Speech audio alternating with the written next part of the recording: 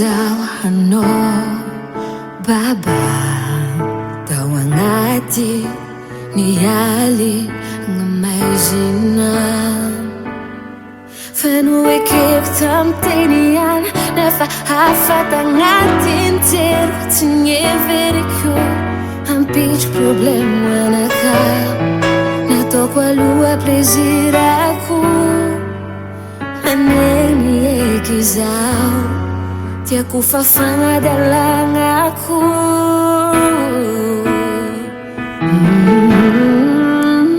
nde tamin'ny eritreritro zaho tsy nagnavialanta ny fisionao mifona aminao zaho te sosio mibaboka aminao miverimberigna agnaty saiko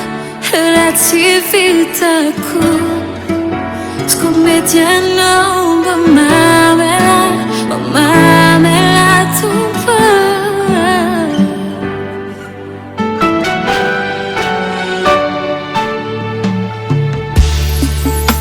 impiry mohanao baba no miezaka hanampoly zao agnaty valanao Hanoekeko tamy teny ihany nefa afata agnatiny sainko tsy nieveriko hampitry problemo anakay nataoko aloha plezirako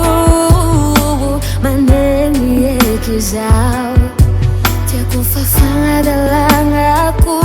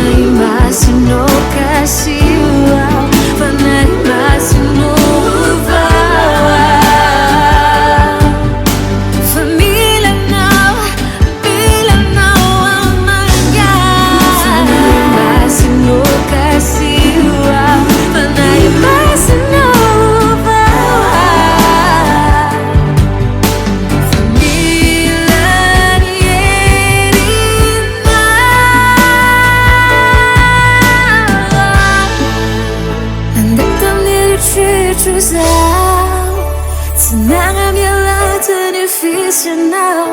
mifona aminao zaho te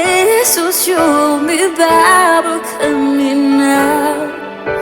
miverimberigna agnaty saiko raha tsy vitako mety anao mba mamela tompo nande tamokondoako zaho Tsy nagnavialanta ny fisionao mifona aminao zaho te sosio mibaboka aminao miverimberigna agnaty saiko raha tsy vitako mety anao